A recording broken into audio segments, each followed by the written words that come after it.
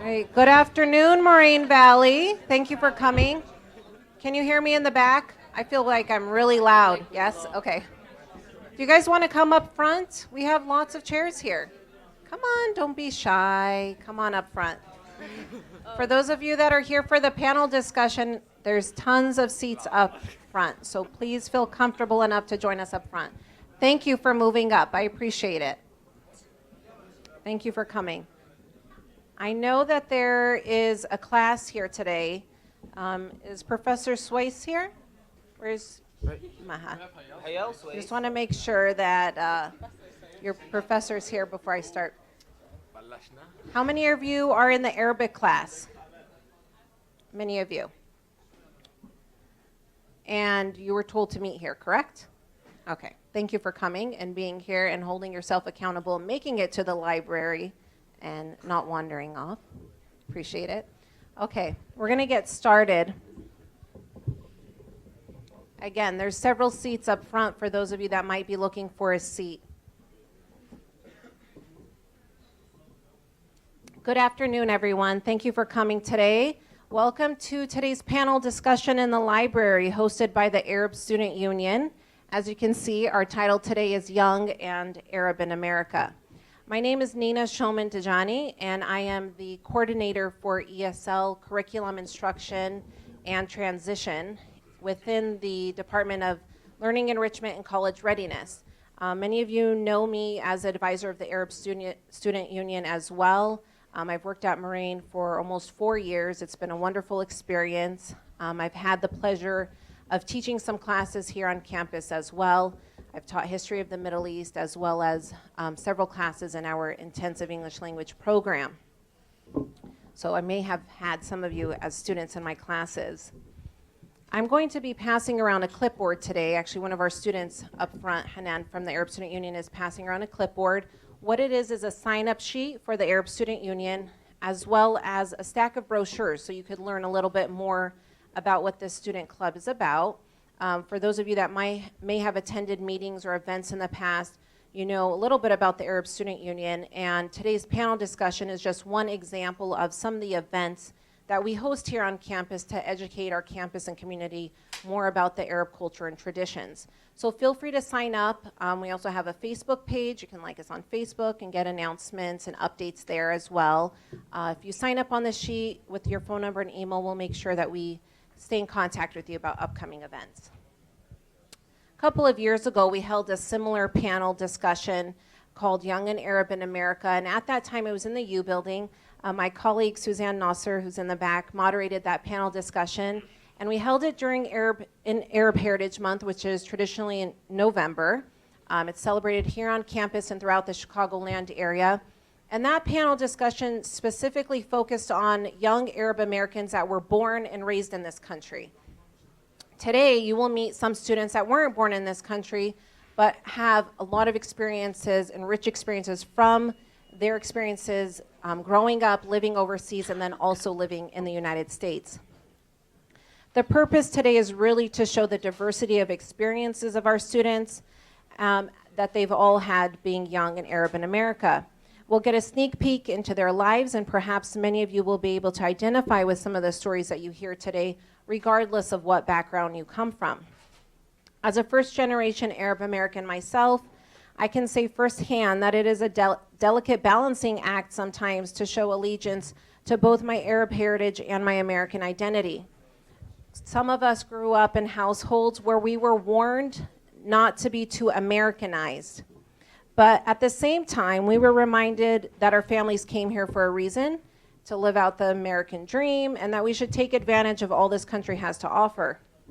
Arab Americans today also deal with the constant battling of stereotyping that's portrayed because of the images that are portrayed in the media about Arabs and Muslims.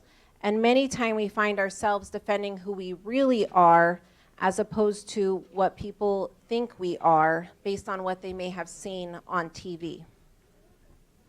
Arab Americans have used several different creative outlets to express their identity in recent years, especially in this post-9/11 world. Some have used poetry, spoken word, hip hop, and comedy as ways to educate others about Arab heritage and culture.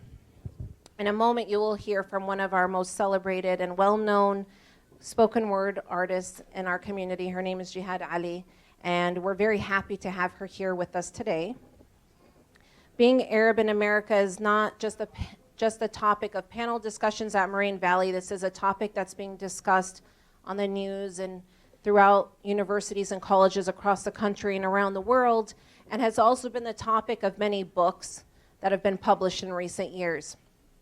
You hear about books called A Country Called America, Arab Roots and American Stories by Alia Malik.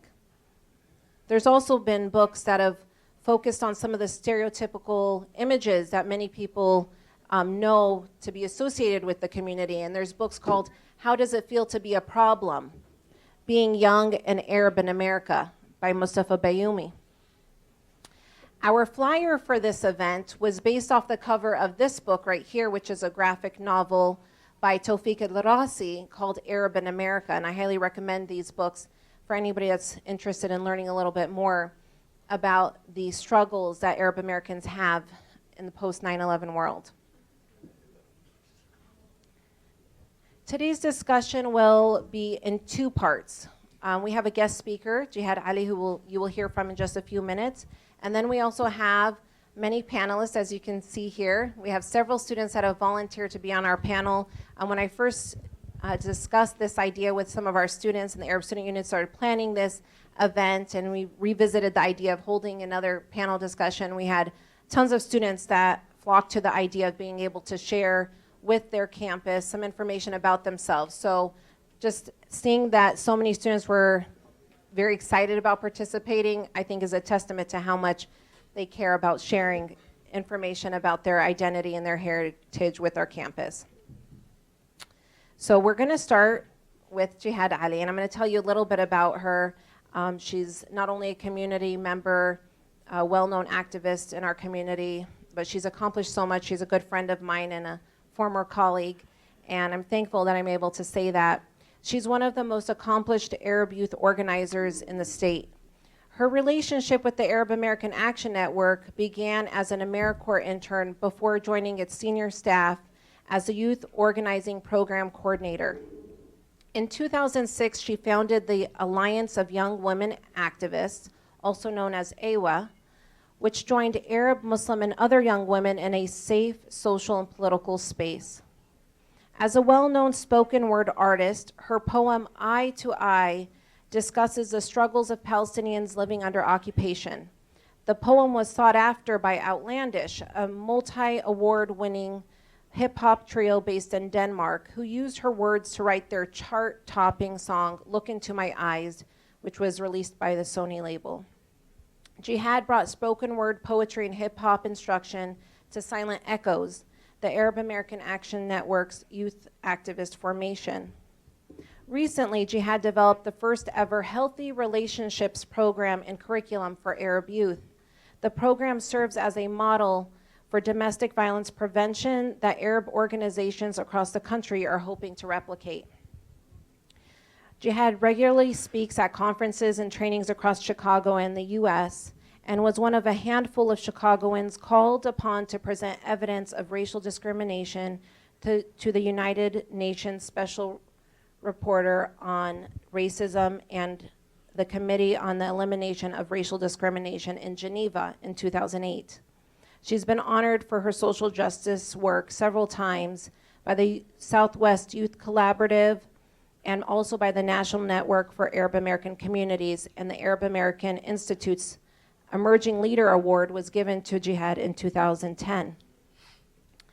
She has grew up in Chicago and in the southwest suburbs and is the daughter of Palestinian refugees.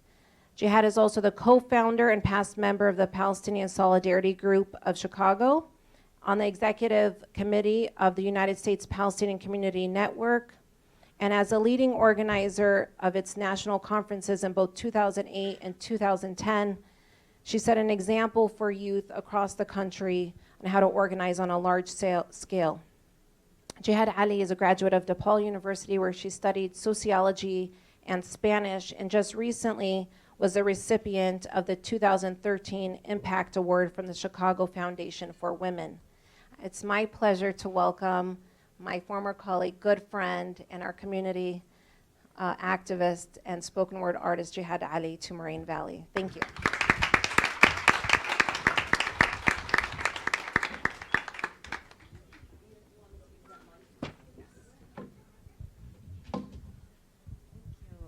Hello, or assalamu alaikum. Anybody here speak Arabic? Are the people in the Arabic classes speaking Arabic, or just are you at alif ba ta still? So thank you for having me here. It really is an honor and a pleasure, and it looks like a beautiful crowd.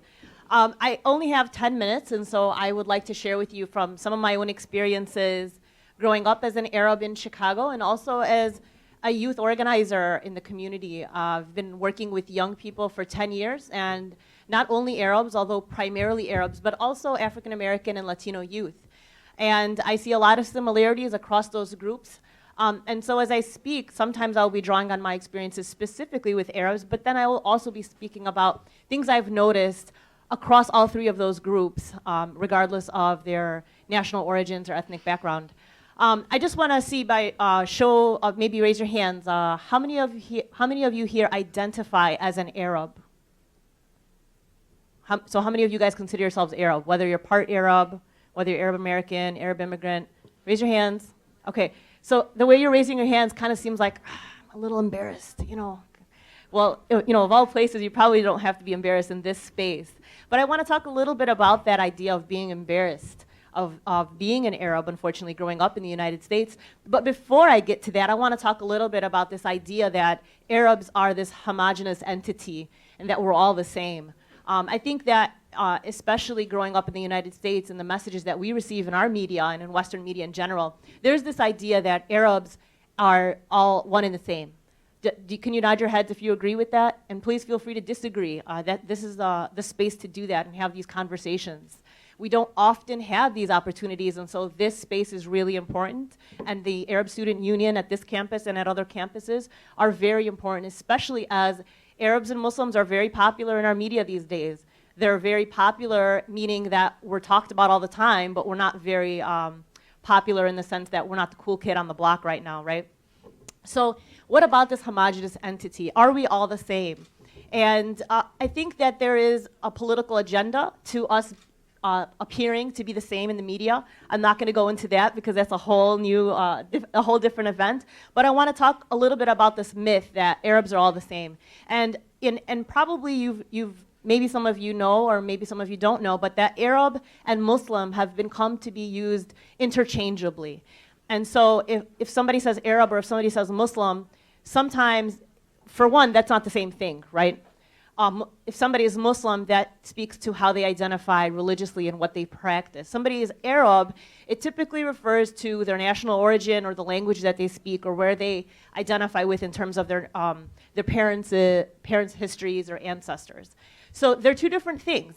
So for example, we have such thing called Arab Christians. Are there any Arab Christians in the room want to identify?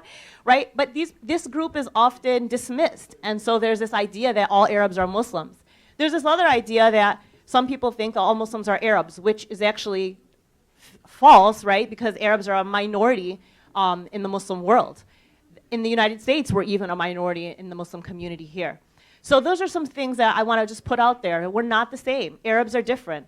Now, in terms of Arabs in the United States, let's talk about us for a minute. Are we all the same here, Arabs in the United States? No, we're not.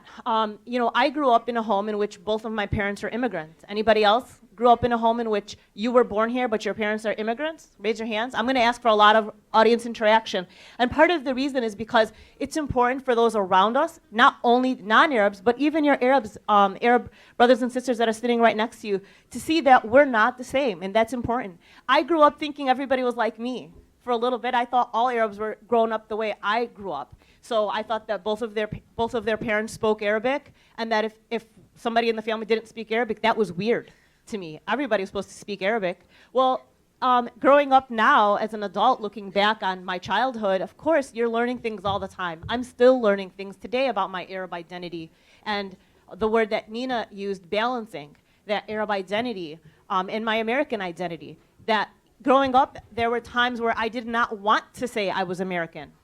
that my parents taught me that you were Arab. Don't you ever say you're American, you're not American, you're Arab.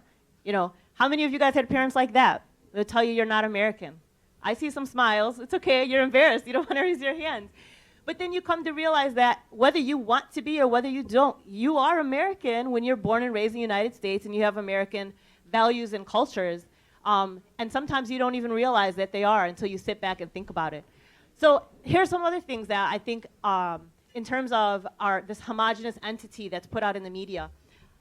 This idea that if you're Muslim, you're all really religious, right?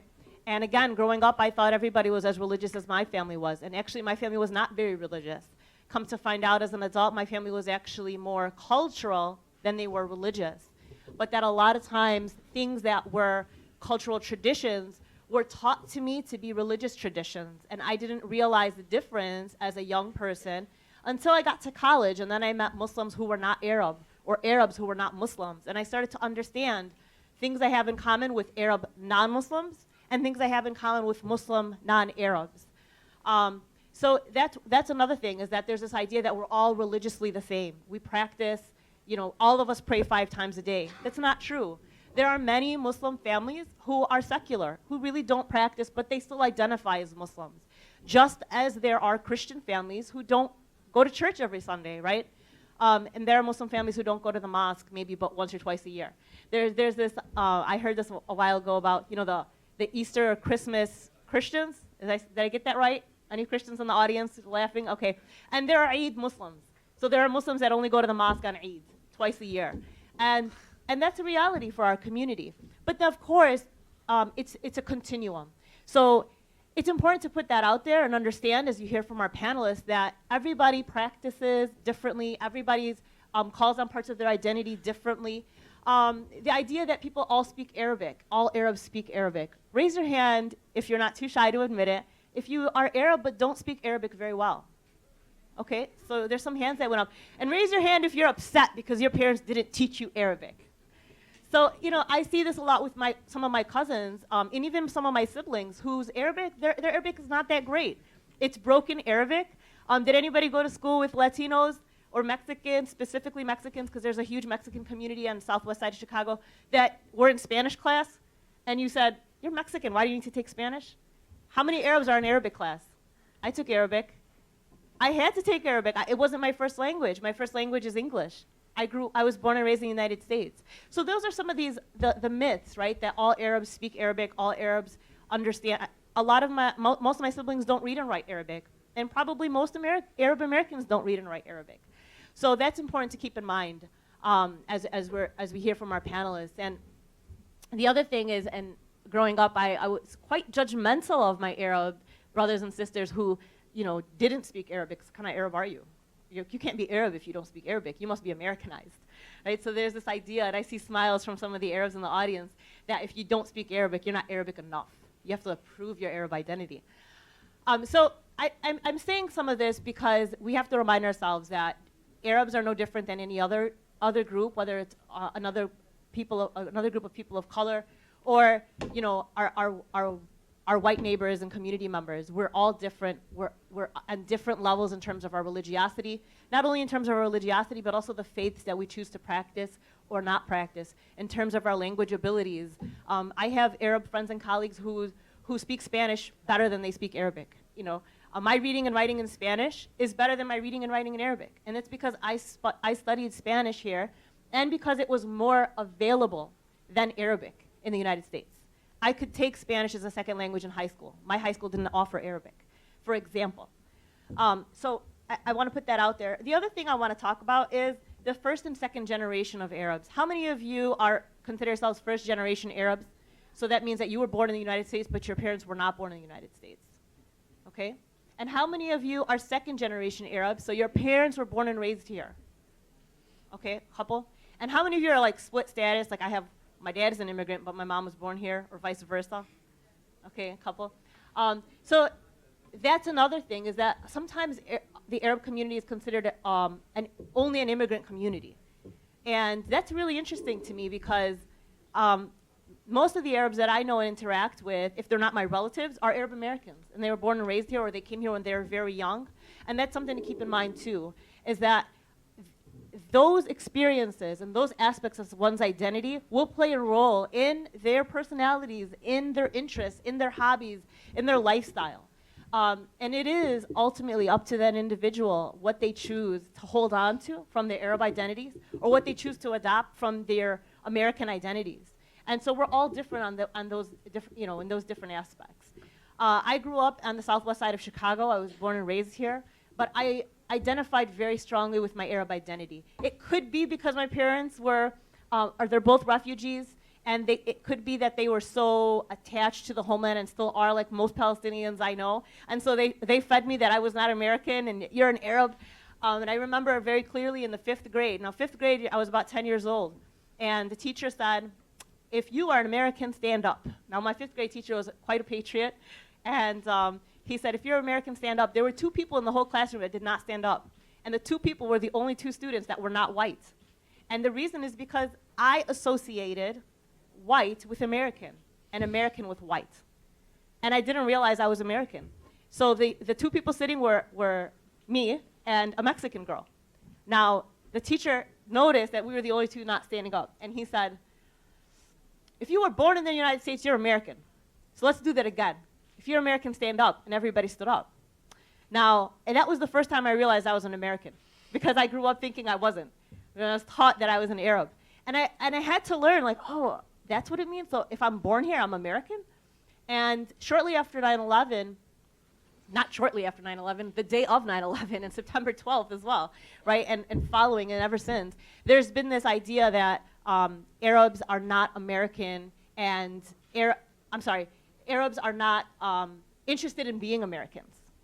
And I don't know that really it's a choice. Like, I did not choose to be born in the United States.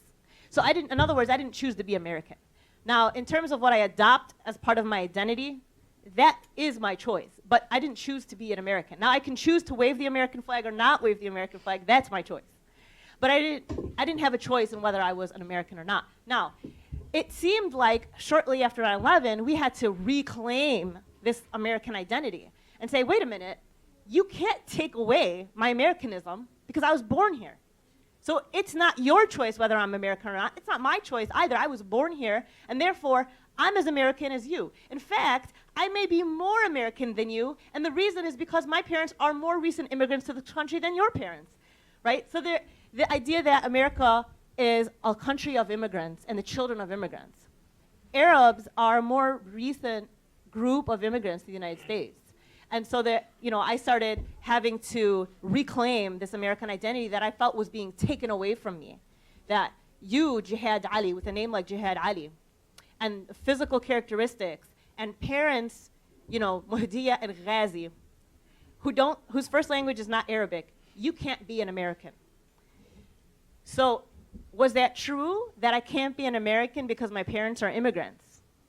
Well, I had to remind myself that everybody is an immigrant or the son and daughter of an immigrant unless you're Native American. And I think we all have to remind ourselves that this is a country of immigrants. Now, we constantly claim that we're a melting pot and we want to celebrate that, and yet look how many acts of injustice and how often people of color, and specifically immigrant communities, are mistreated and their rights are denied. Or how often this idea that they're not American or they don't belong in America is projected. I don't want to take up too much time. Nina, how much more time do we have? A couple of more minutes.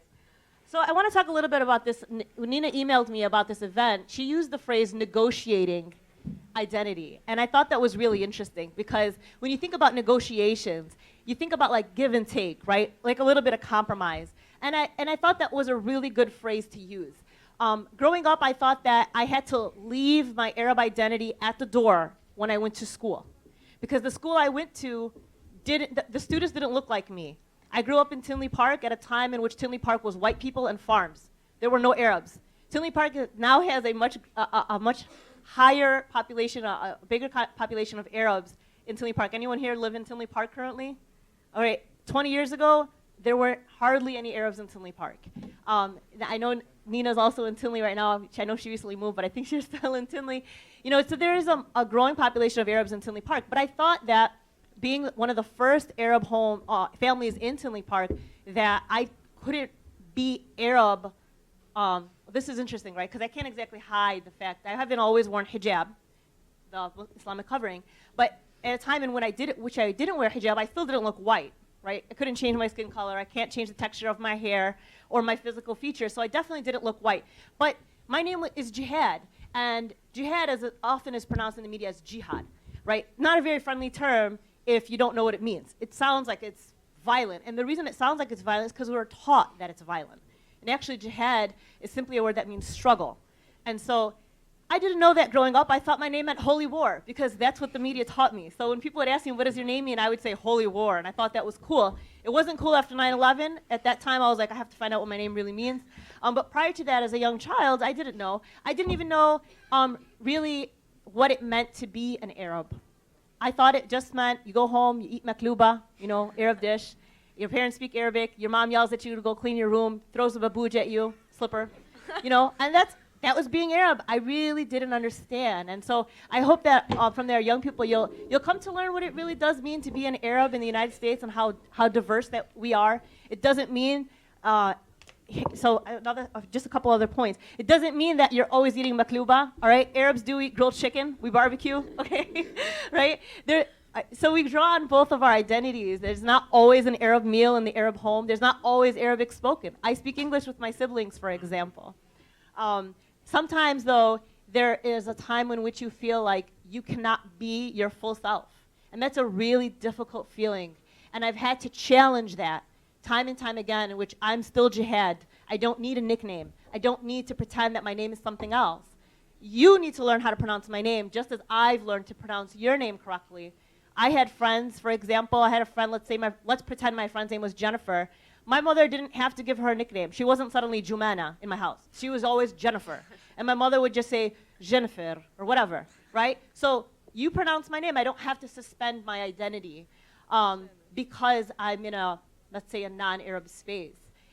The challenge is that we're in an environment that is not very friendly to Arabs. And that is what, when we work with our youth in the center, I just want to talk about that really quickly and I'll pass the mic.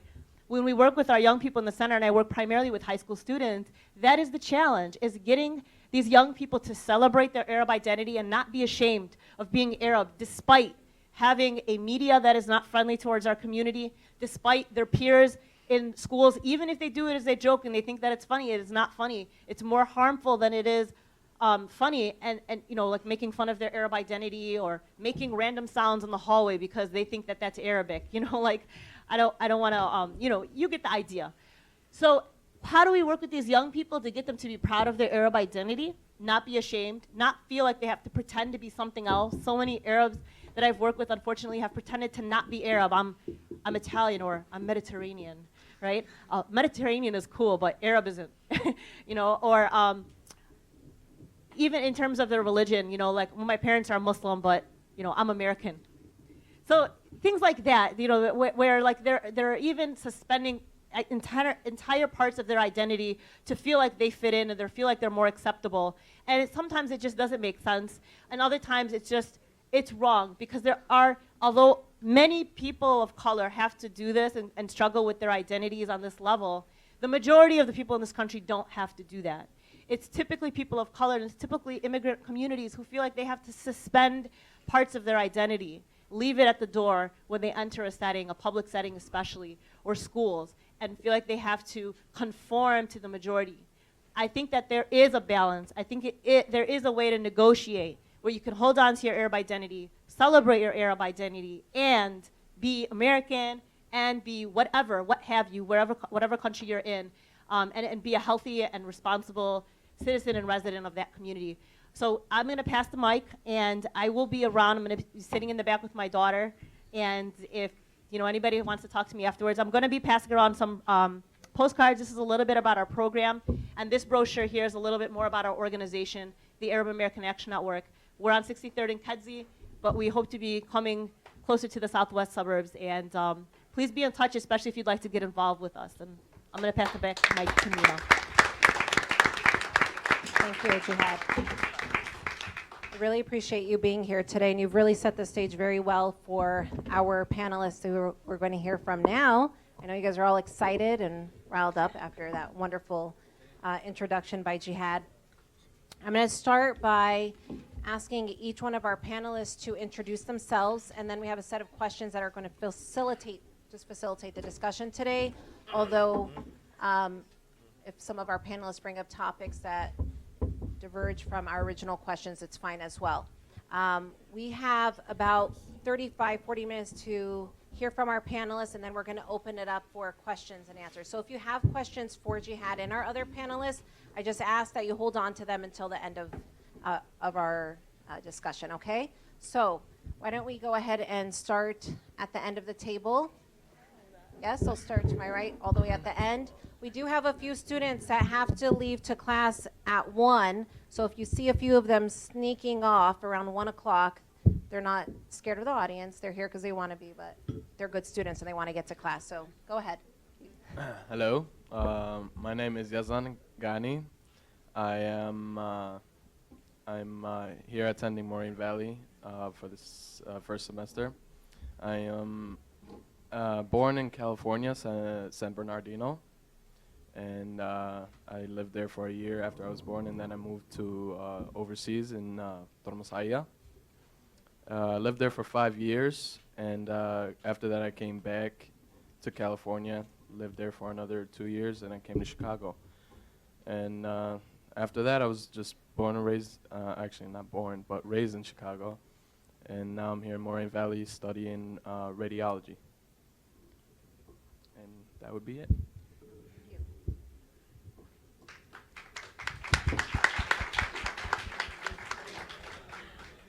Hi, my name is Munda Taraune. I am half Jordanian, half Palestinian. I went to Argo High School. I was born and raised in Chicago. I'm here at Moraine Valley for first semester and hopefully gonna transfer to UIC for electrical engineering. Hi there, I'm Hanan Al-Matari. I was born and raised in the United States and in exactly Tinley Park. I went to Andrew High School and I'm half Lebanese and I'm half Palestinian. And I go to Moraine Valley now. This is my last semester here. I am hopefully going to be majoring in business and be going to Governor State after. Hi, I'm Zena Shaibi. I'm Palestinian. I was born here. I lived in Saudi Arabia for 5 years. Now I'm going to Moraine Valley and hopefully transferring to Governor State or St. Xavier for either business or psychology. Hi, my name's Alat Mustafa. I'm here at Moraine Valley. Next semester is my last semester. Now I'll be going to St. Xavier, transferring, and I'll be going... oh my God. Fine. And I'm born and raised in Chicago, and my major is childcare. Thank you very much. Hi, my name is Ayman Mustafa. I graduated from STAG. I'm Palestinian, and I'm planning to study management information systems at Moraine. Assalamu alaikum. أنا ضياء عليان. I'm from Palestine. I was born here in the States, and I was raised in Jordan. I studied there till 11th grade, and I came here my senior year. I finished 211, graduated from Stagg High School, and I'm transferring next semester to UIC studying as a civil engineering.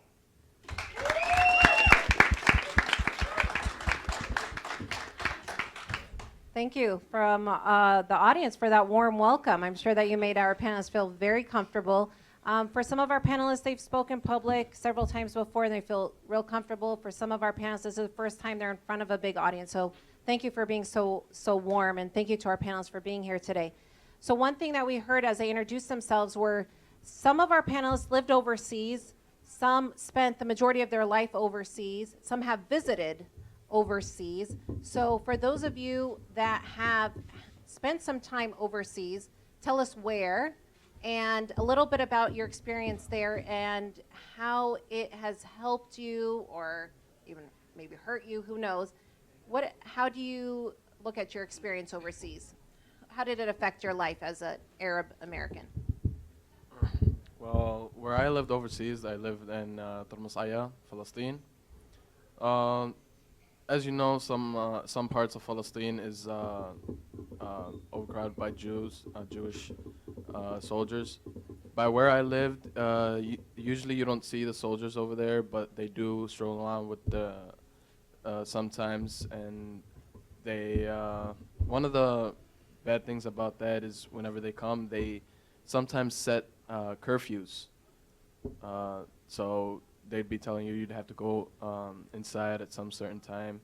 And other than that, people would pretty much do whatever they wanted. I'd always be riding on my little bike. When my mom would ask me to go get some bread for her, I'd just go on my bike, and with my little clip on the back of my bike, I'd just go get the bread, and I'll hook it up to the back. And How old were you when you were living in Palestine? I started school over there preschool until second grade, so around like 5 until like 8, around that. And yeah, it was there's just a lot of freedom over there, and it was just really fun. And I wish I can go back. I haven't been there in 11 years, and I hear from a lot of people that it has changed, and I really hope to go there soon. Thank you. Anyone else? I went to Jordan for 2 years. Growing up, English was my first language, so I had to go back to overseas to learn my roots. How old were you when you went to Jordan? I think I was around 10 or 11. I went for 6th grade and 7th grade. Over there was a whole different experience for me for school-wise because it was separated schools, so it wasn't co-ed. Girls would go to their own school, guys would go to their own school. I went to a private school, Aqsa, and whenever I would talk out of term, the teacher would call me up and he would hit me with the stick, and which I thought was like really, really bad. And then like they would be like, oh, they thought I was related to Bush. Everybody disliked Bush, and I'm like, I have no connection to Bush. So that experience was pretty like bad, but for me, Jordan, Amman, I had like a bunch of family members over there, so I had fun. My parents would be less strict on me because they know where I was at every moment, and everything was like nearby, so I wouldn't have to walk a lot or anything like that. So it was a different experience for me. Thank you. Anyone else? Alat? I lived in Amman for 5 years. I was there 2nd, 3rd, 4th grade, and then I went back for college and then came back here. Honestly, I liked it there more than here.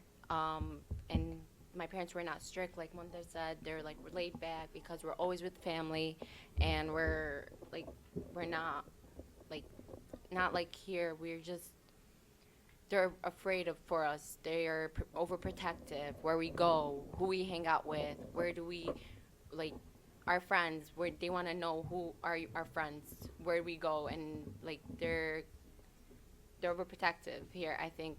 And I think I was more safe in Amman than here.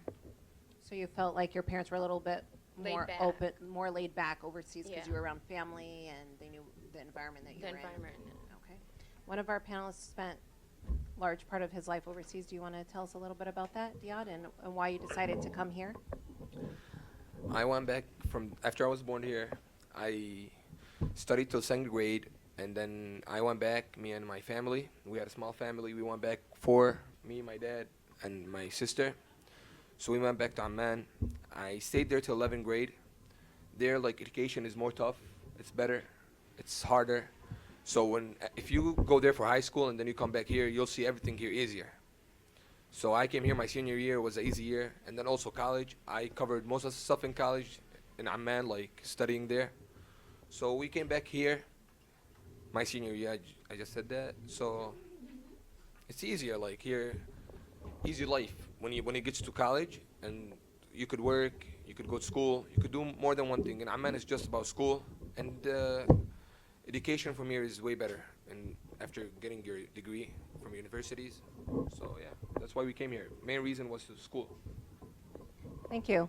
So just from hearing from that first question, we've learned some of the diversity on our panel. We have students that have lived in Palestine near the occupation. You mentioned the occupation in Palestine. a student that lived in Jordan for a couple of years and was immediately associated with George Bush. As a child, imagine how traumatizing that must have been. And other students that lived for several years overseas and had a more liberal mindset of parents living overseas, and some that came here for education and are still here for education here at Moraine Valley. So just from hearing from a few of you, I could tell that you have a range of experiences. Some of you touched a little bit on, you said it was easier when you came some of the subjects, but one thing that we find sometimes is our students struggle with English when they come from overseas, if English was not introduced to them in the household. In our pre-panel discussions, we discussed Arabic, and Jihad spoke about that in her introduction as well. So I'm going to talk a little bit about language. How valuable is language in your household? Arabic being spoken, was it instilled in you? Was it something you were taught? And also, if you'd like to talk about, how do you balance speaking Arabic and English if your family does both? Go ahead. I believe that speaking Arabic in the household was very important. I grew up learning Arabic and speaking English at the same time. I thought it was very valuable because those are our roots, and we want to keep those descending from generation to generation and not just stop here. Imagine, your kids speaking to you in just English. You want to kind of compromise the Arabic with the English. So I went to Arabic school for 9 years, and I thought that it helped me out very much. And I speak to my parents in Arabic. I speak to my dad mostly in English, but with my mom, she doesn't really speak English that well. So me and her just kind of have conversations just in Arabic. She'll ask me a few words, what does that mean in English? I'm like, oh, and I start telling her and helping her out with that. And then she helps me out with the Arabic, writing, reading. So I thought that was pretty valuable.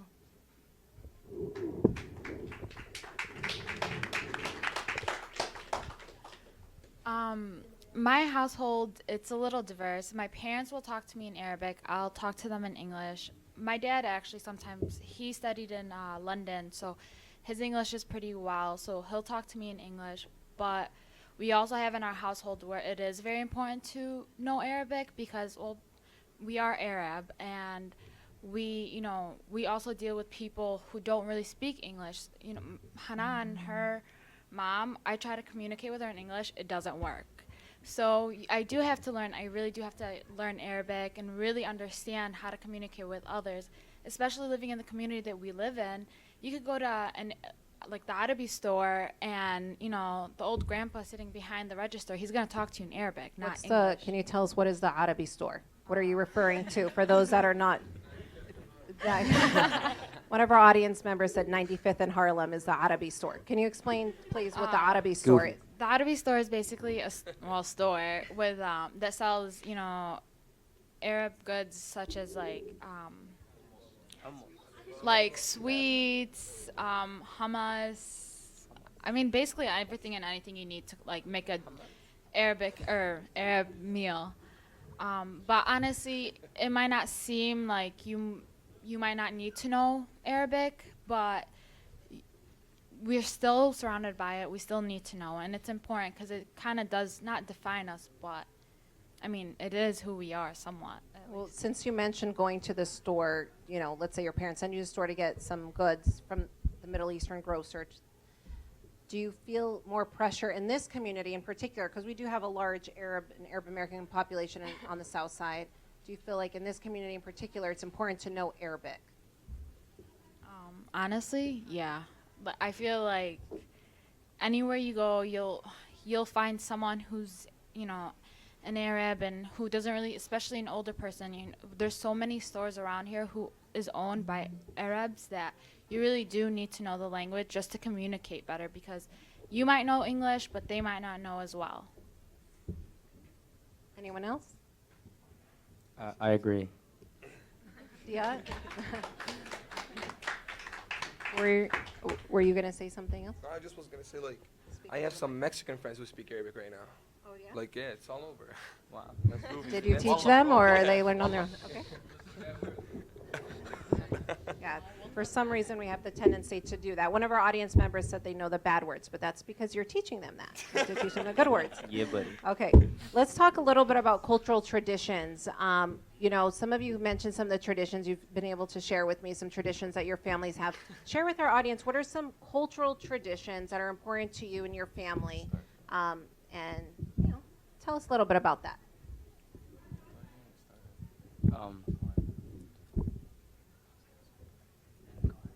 Go ahead. Yazan or Mandir. All right, so one of the most common things that Arab have are something called azuma. You guys know what that is? That's Tell us what that is. Yeah. That's basically a huge family gathering, just like a family reunion. Basically, they all gather around in one household, 2 or 3 different families, same family. And then they all just wait around until the food is done cooking. They put all the food on one table.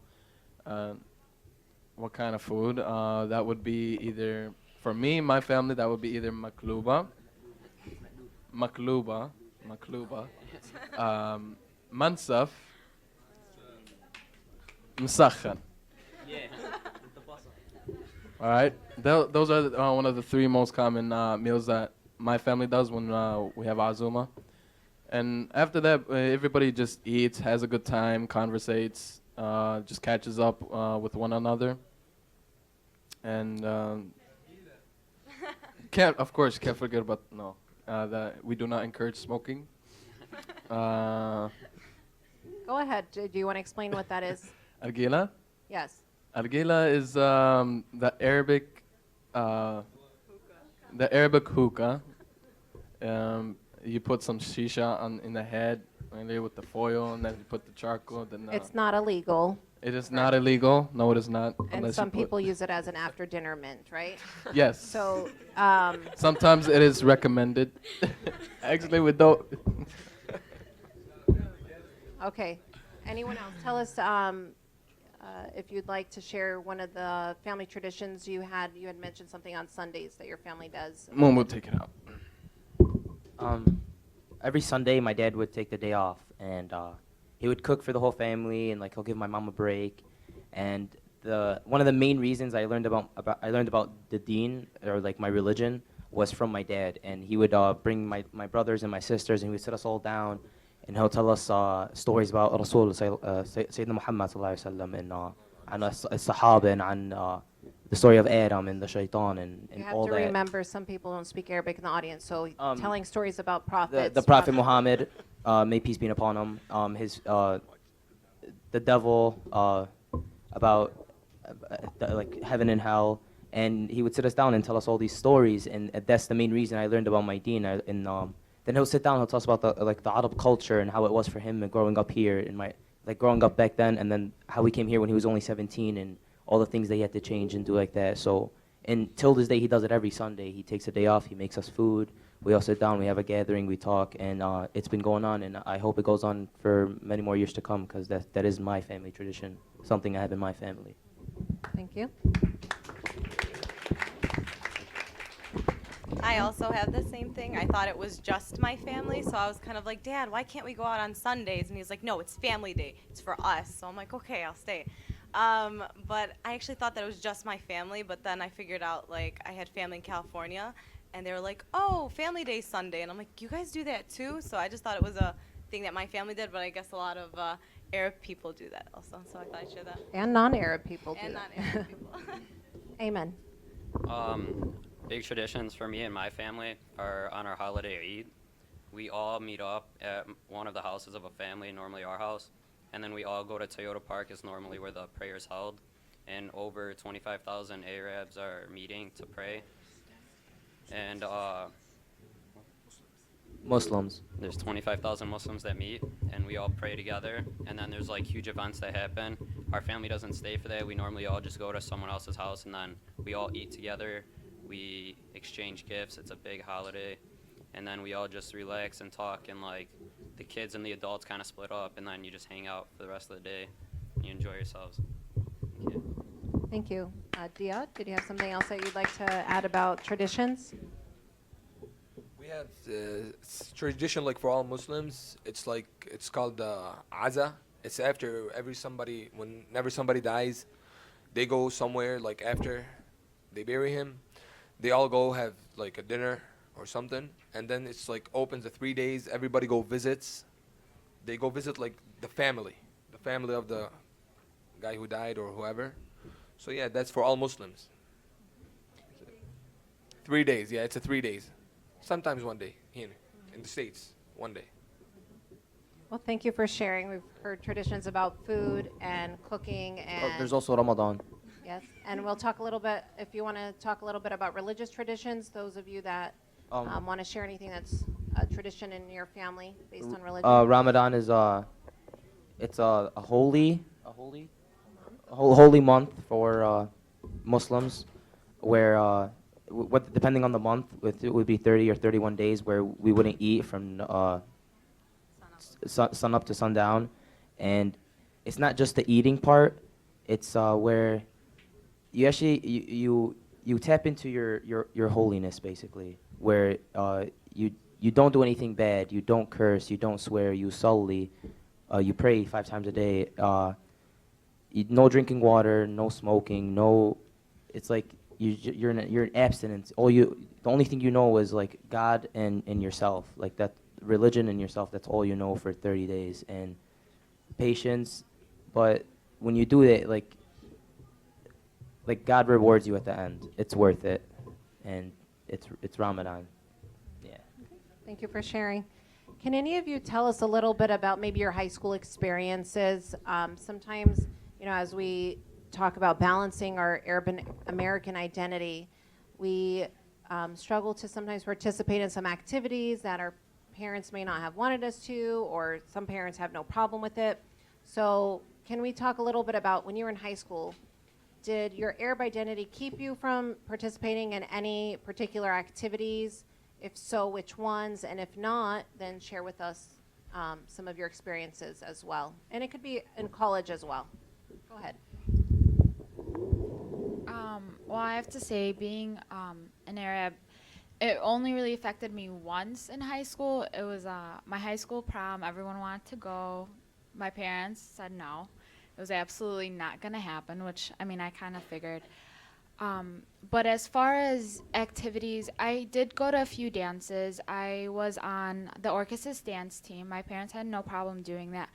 I was in a club called Diversity, which basically, we want to let people know about other cultures as well. Honestly, as far as being an Arab, it really didn't make a difference. I was a lucky one, but that was just my experience. I can also kind of agree with that. One thing that my dad didn't want in the beginning was the fact that I used to do plays, and I used to get up on stage and be an actress or whatever. But my dad wasn't really happy about that. But I finally told him that's what I want to do. So if you would please respect that. And we had a compromise, and we talked about it, and he was just okay with it. Finally, he came to one of my shows, and he saw why I liked it so much. He saw that was my passion, and he after that finally let me it's normal. He let me go through with it, and I got to do it in high school again too. And then even being in Arab Student Union right now in college, my dad's like, you got to focus on school, you got to focus on homework. I'm like, no, I want to do organizations, I want to be in Arab Student Union. It's something we get to help people out. We have events like this where we share stories, and we all become like a family. So I thought that was pretty good. I liked that. I went to prom. The only reason I did was all the movies I've watched that made prom look like this amazing thing that you have to go to. It was like a life-changing experience, but it really isn't. It's bad. I regret going. Teachers are dancing with you. You want to get away from that. You don't. They're right there, and it's too strict. Going to high school, I couldn't wait for my senior year to go to prom. Ended up going with a couple of friends because nobody wanted me, but it's okay. But yeah, prom is not that good. So if you didn't go, you didn't miss out.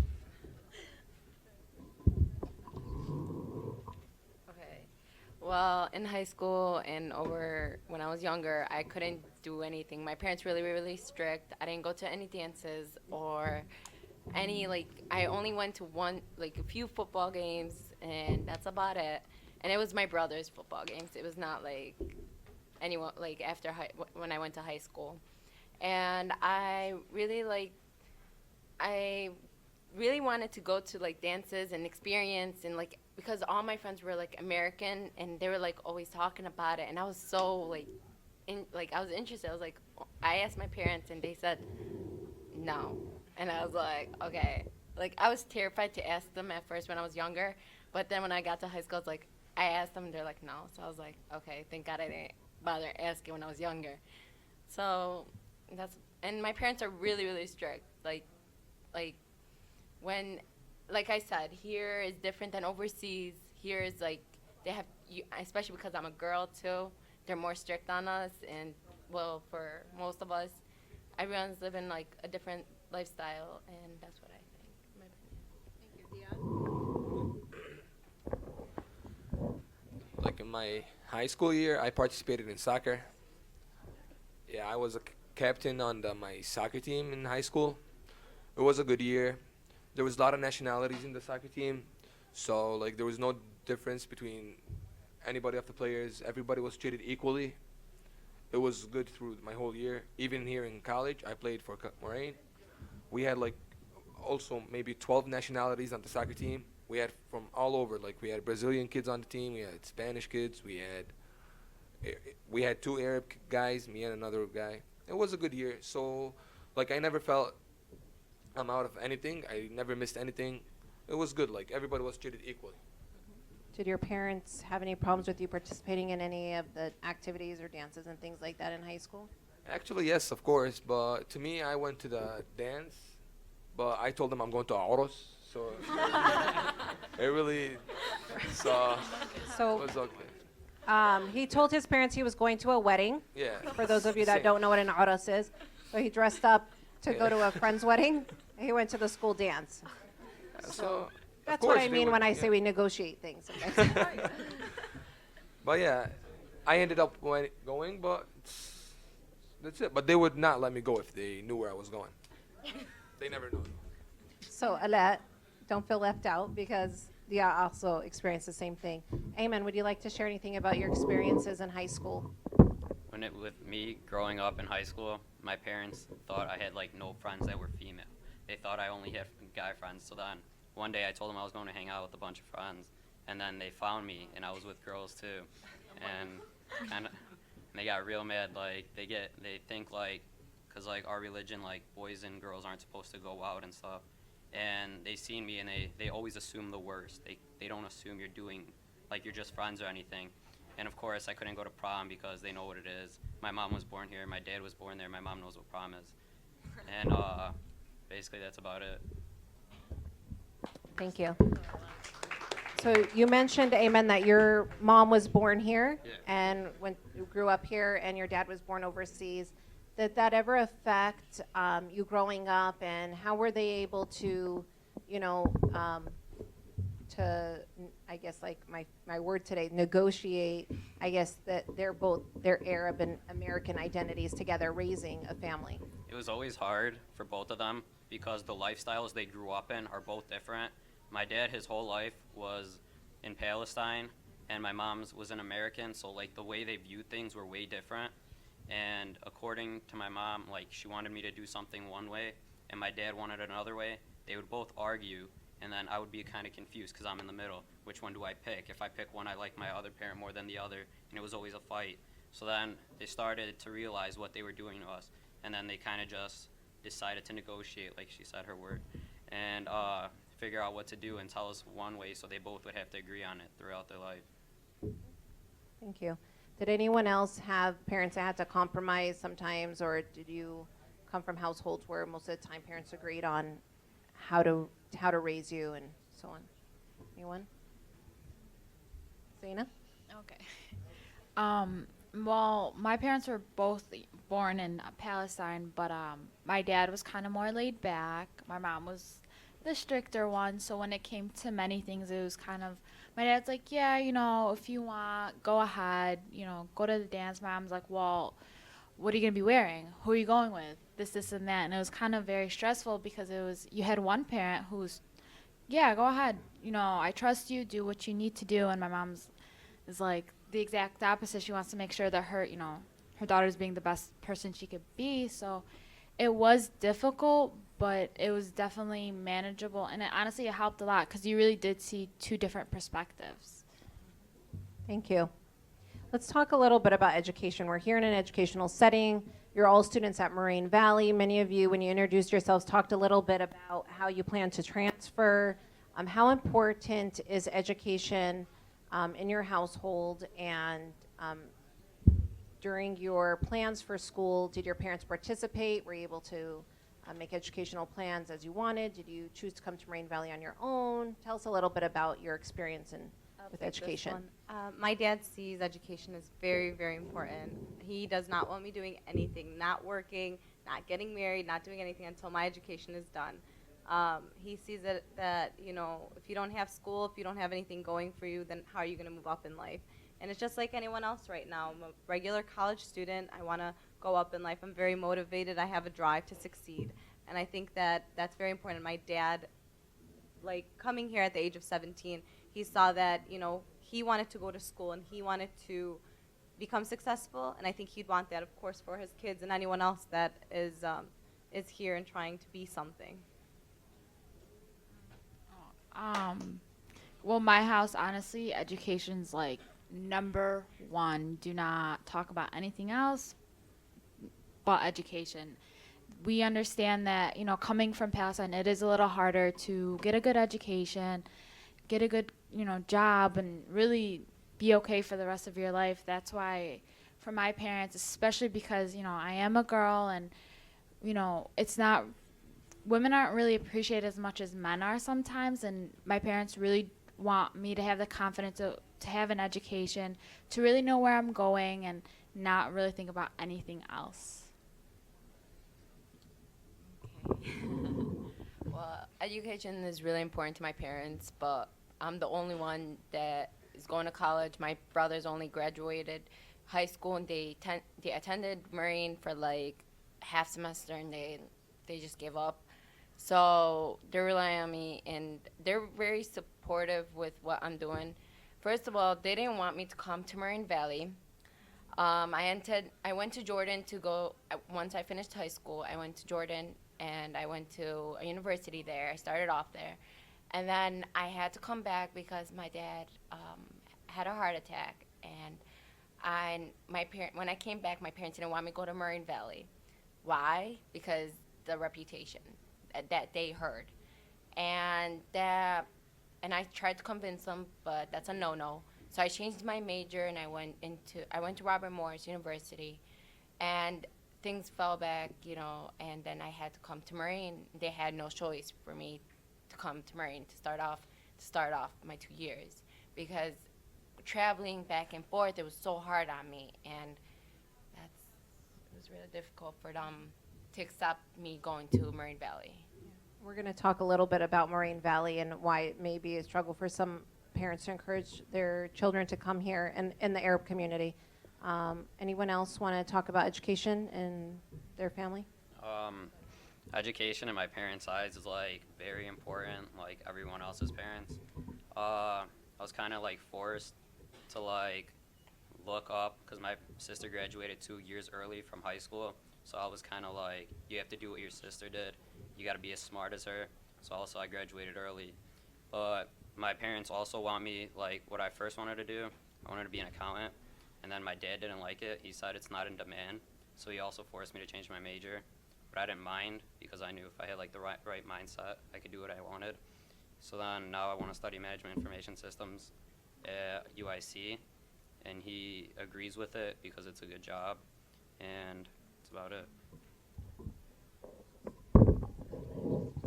To me, about my education, I was never forced to go to school or anything. It's just a choice my dad gave me. If you want to go to school, I would help you. If you don't want to go to school, I won't help you. Just do everything by yourself.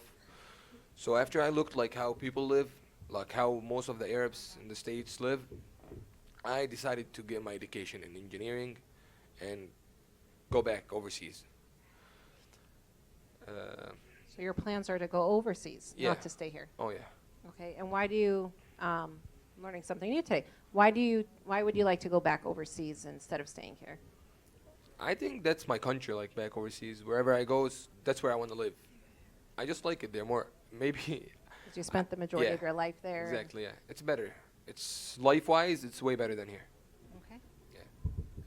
For those of you that reflected a little bit on your experience of your parents not wanting you to come to Moraine Valley, and you mentioned the word reputation.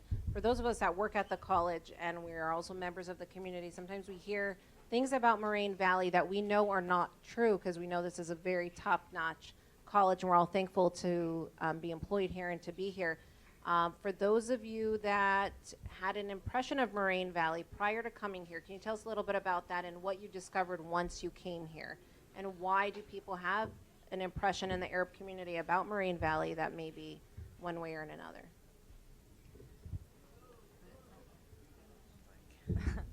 All right, so I came to Moraine Valley, and my dad was like, "Be careful. There's a lot of Arabs there." I'm like, "What is that supposed to mean? You know, like, is that a bad thing?" No, he's just like, "Just be careful," you know. And I kind of heard a few things. Oh, you know, Moraine Valley Arabs. I never really understood it. I came here, honestly, I saw very great people. I met amazing people, especially in Arab Student Union. And I came here not knowing what the big fuss was all about. There are some people that, you know, caused a little commotion, caused a little, you know, areas where, you know, they might be a bit louder. But there are the Arabs here that you've never seen before, and you're like, oh, you know, they're normal. They're perfectly fine. They're not causing a commotion and stuff. And I think it was just the fact that, you know, word spreads about, you know, this person is doing this at Moraine Valley, and they assume that it's everyone when it really isn't. And it's actually a very good school when it comes to that kind of stuff. And I am truly enjoying my 2 years here. I actually don't really want to leave. I was trying to decide on what school I'd go to, and I'm like, which one is more like Moraine Valley? So I chose Governor State. Anyone else? You know, it's funny because just recently my dad was saying how my younger brother, there's no way he's coming to Moraine Valley. And I looked at him like, your 2 daughters just went to Moraine Valley. What are you talking about? And he was like, oh, my clients were saying that, you know, Moraine Valley this, Moraine Valley that. And it's funny because it's the same 2 reasons that I hear from everyone else. First of all, there's a lot of Arabs in Moraine Valley. And second of all, no offense to the boys, but the boys at Moraine Valley are trouble, whether, you know, you're a girl or you're a guy.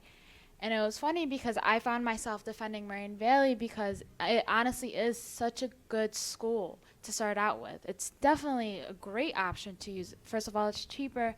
And second of all, I mean, the professors here, you know, they really do help. But we do ourselves, like us Arabs, we do tend to bash on other Arabs at Moraine Valley. Yeah, some of it is true, but some of it's not. And I feel like a little part of, you know, the Arab community, they make Moraine Valley seem so bad when it really isn't.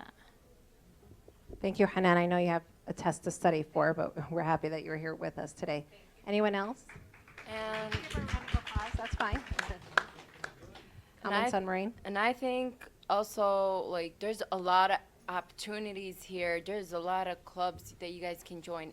I know all of you think that, oh my God, it's only a community college. There ain't nothing. You know, it's nothing to you. You're going to university and whatever, you know, it's not important. No, it's important. There's a lot to put on a job, on a college application, especially university, what you did, what you accomplished, the recommendations from teachers. If you're not in an organization or anything or any clubs, what are you gonna do? There's nothing that, I don't know. So you've had a positive experience because you've been involved. And I do want to say, not only are you involved in Arab Student Union, Alat's been leading the way for a lot of our Arab students to participate in Relay for Life. So thank you for that. Anyone else want to talk about their experience at Moraine? And then we're going to be getting into questions from the audience in just a minute. I kind of like Moraine. It's a good school to start with. Always the classes, like the science classes here, compared to UIC or any other universities, is way harder. Here it's so easy. It's very easy. No matter what math class you take, if you go to university, it's going to be ×2 with the hard. Like, it's going to be very hard. So starting off here, I really like it. I finished exactly 2 years. I have 2 years left. I really studied hard. I worked hard. I finished 2 years. I liked the school. All my classes were straight toward my program. So I started up right. If you start up right in classes, you'll end up very good. But if you start like low classes, you're gonna need time, but you'll get there.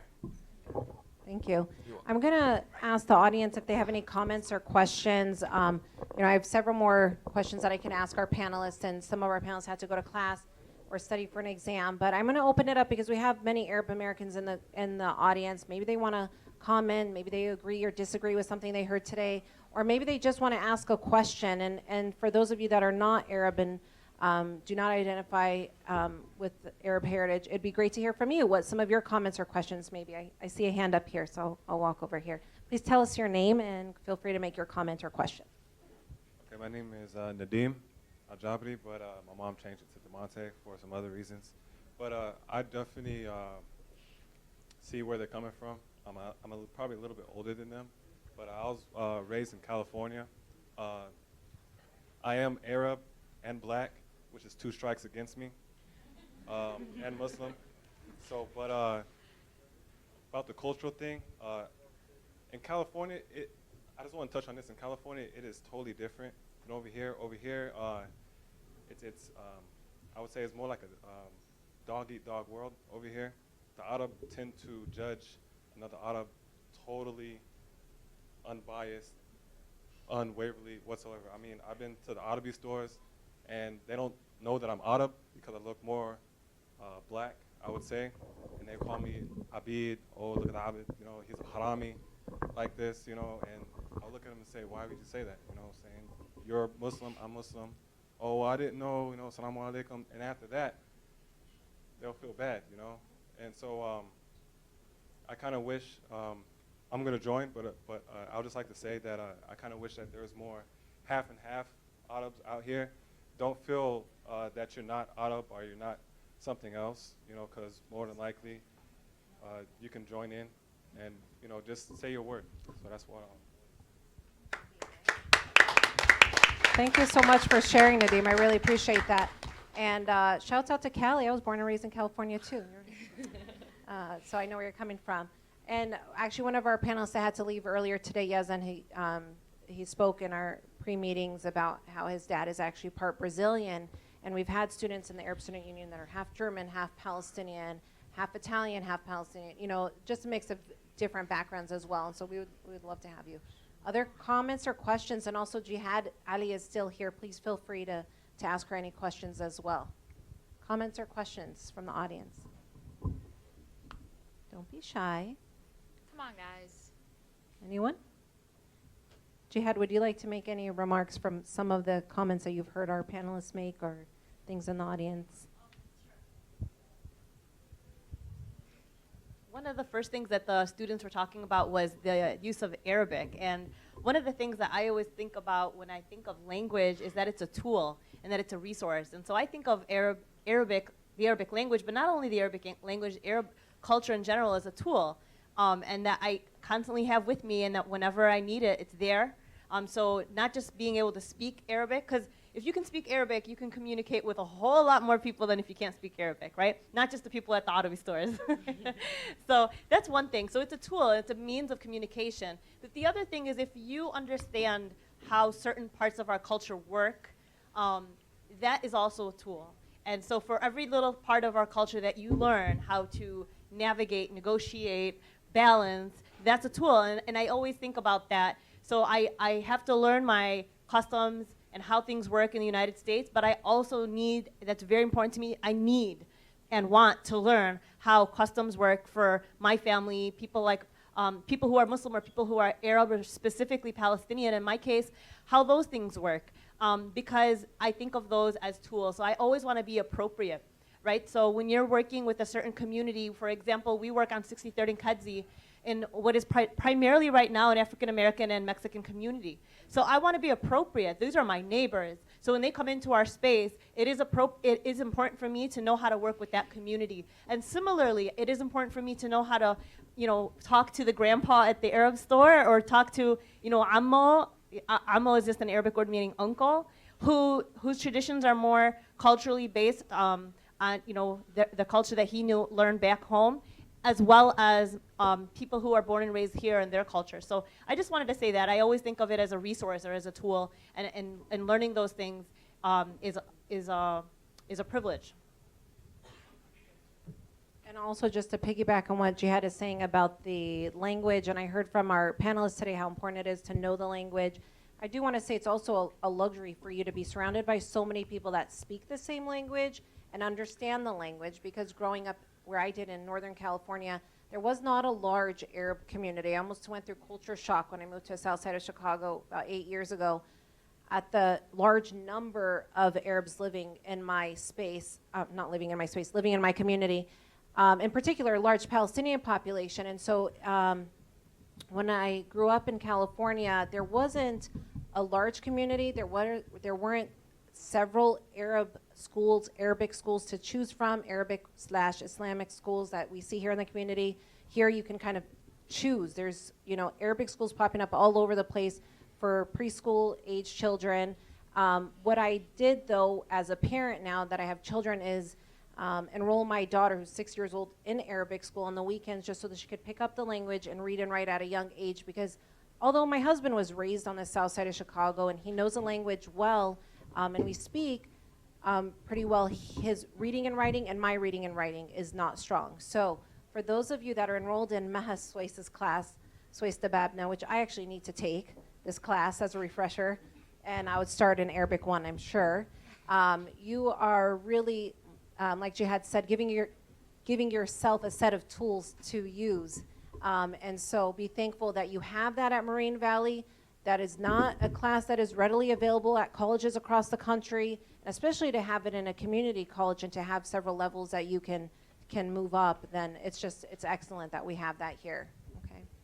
Other comments or questions? Yes, Mahaz. Go ahead. Offers for them if they speak Arabic. Like every single day I receive emails, different places. Do you have any students who took like 16 credits? We want them to work with us. So a lot of job offers these days for a student who speaks Arabic. Like you have to speak, read, and write Arabic in modern standard Arabic, not spoken language. Because if you are from Palestine, you will speak Palestinian dialect, or from Jordan. So in our classes, we teach it as a modern standard Arabic. So wherever you go in any government job, they will test you with modern standard Arabic, which is really very good opportunity. You can have it like a side job in the future if you speak, read, and write Arabic. Thank you. Very good point. So more opportunities come along with knowing the language. One other thing I was going to touch on, as you mentioned, the different dialects, depending on where you come from the Arab world, there's different dialects that we have, depending on what, and you can nod your head if you agree, or nod no if you don't agree. Depending on where you come from, the way you speak may be different. So if you come from a specific village in Palestine, for example, you may speak a certain way, okay, and you may have a certain accent. And we have these, sometimes in the Arab Student Union, we have a lot of fun. We have these Falahi versus Madani arguments. And for those of you that are unfamiliar with, Falahi refers to more of like a village or peasantry, really historically is the way that Falahin were known. And Madani means like city dweller, people from the city, people from a Medina, a city. And so there are different accents and different ways that words are spoken, depending on if you came from Amman or from Yemen or from Egypt. There are different dialects and different words spoken. Okay. Any final comments or questions from our panelists that you would like to say to the audience, or last thoughts? Join ASU. Thank you. Yes, Julius. Go ahead.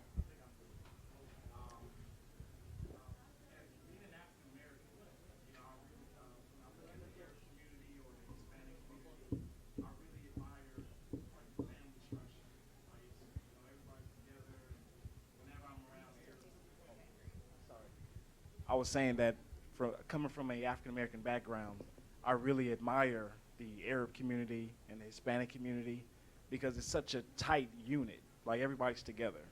And sometimes I kind of wish it was like that with the African American community, so I do admire that. And whenever I'm around Arabs, I'm treated like an Arab. I'm like right at home. So I'm wondering You know, since Arabs are so inclusive and they bring people in, I was wondering, is there some times where you all feel like outsiders, where you can't reach out to people? Because you bring people in easily, but do you feel like you reach out in a good way, if that makes sense? Just to clarify, are you asking if anyone has ever felt like an outsider? Okay, go ahead. Well, from preschool to third grade, I went to a private school, and then once Which I went school? Tell us. I went to Aqsa. It's in Bridgeview, right across the street from the mosque. And once I went to a public school, I felt like everyone was different. Like this wasn't the place I should be.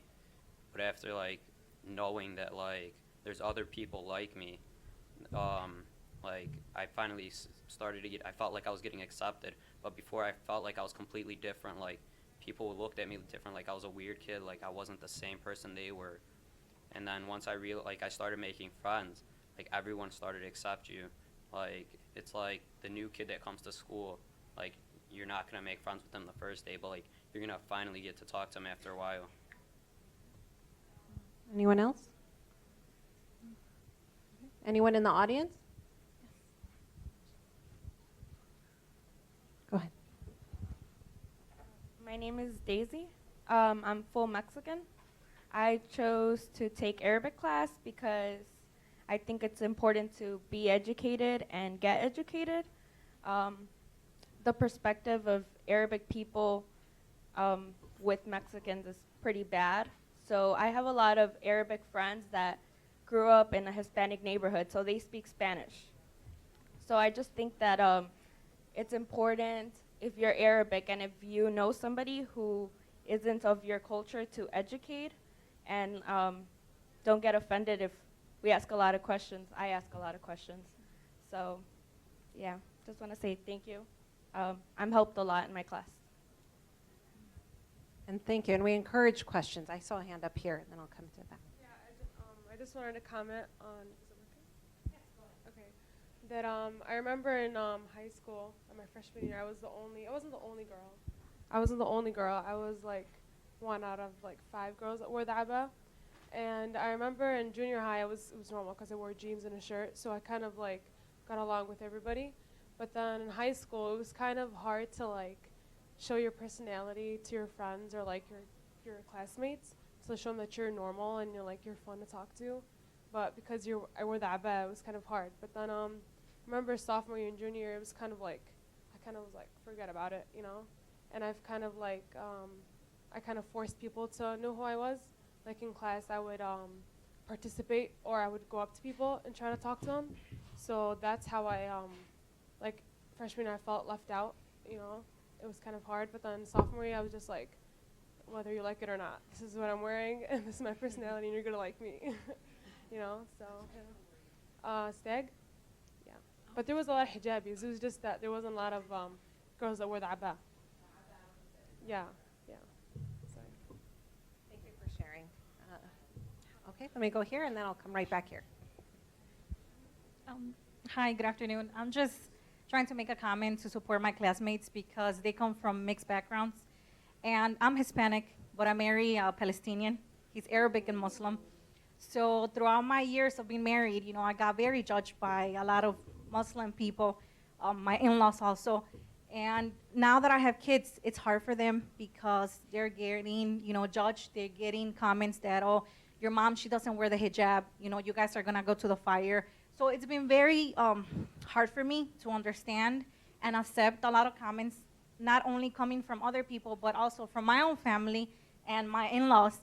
But we have to learn that this country, the way that I always tell my kids, we come from diverse backgrounds, from diverse countries, and we gotta understand that everybody came to this country so we could get better.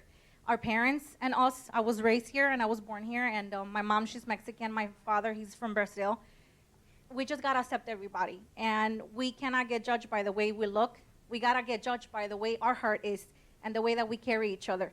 So as long as you respect everybody and you understand that a lot of people are not gonna be across you in your life and they're gonna understand the way that you are, but we just gotta hold up our heads high and just say, you know what, I'm here for a reason, and everybody at the end of the day, we came from God. So that's what it is, and we just gotta accept the way that I said it, accept everybody, because, we're here and we're family at the end. There's a student here. Thank you for sharing. I really admire the Arabic girls here, the ones especially that wear the hijab and the abaya, because that shows that they're courageous and that they're not afraid from what people think. And to be honest, about Moraine Valley, I mean, I've heard a lot of stuff too, but I think it's a great school. I wish the girl that left was here, the one that was Hanan.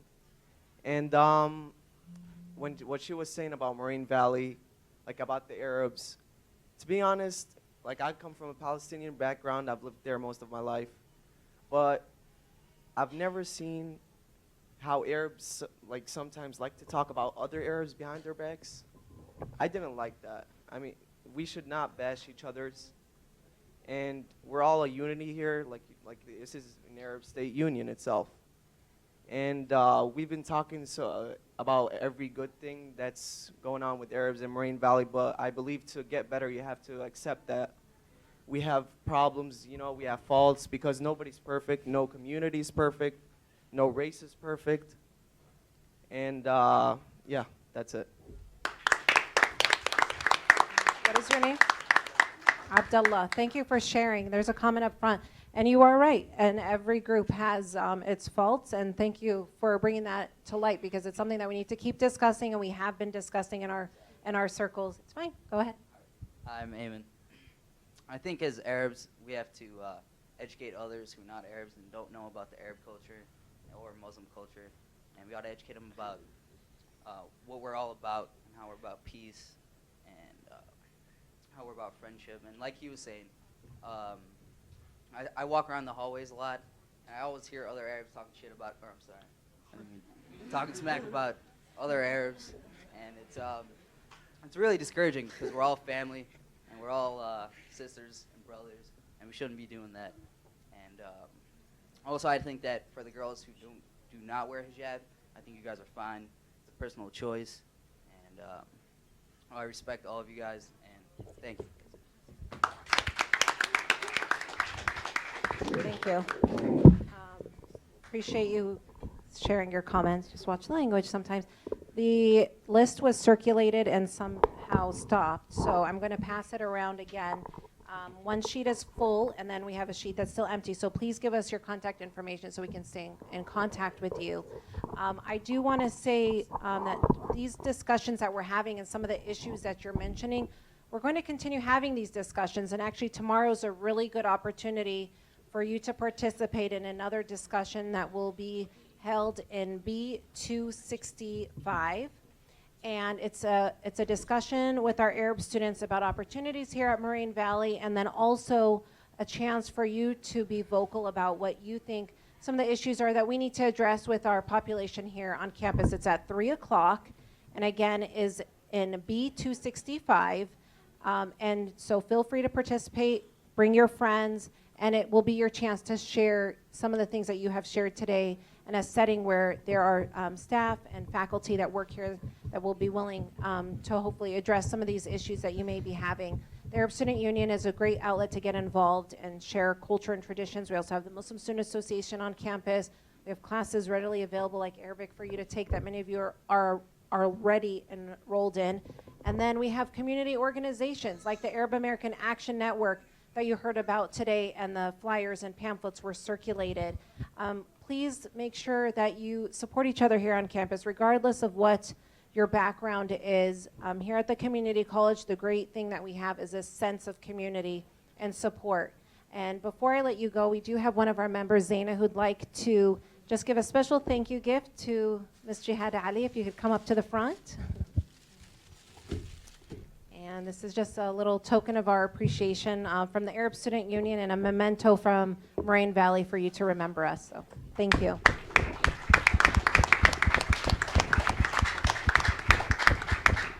And thank you all for coming out today. Thank you for participating. Thank you for your comments and questions, and I hope to see your faces again. And thank you to our panelists.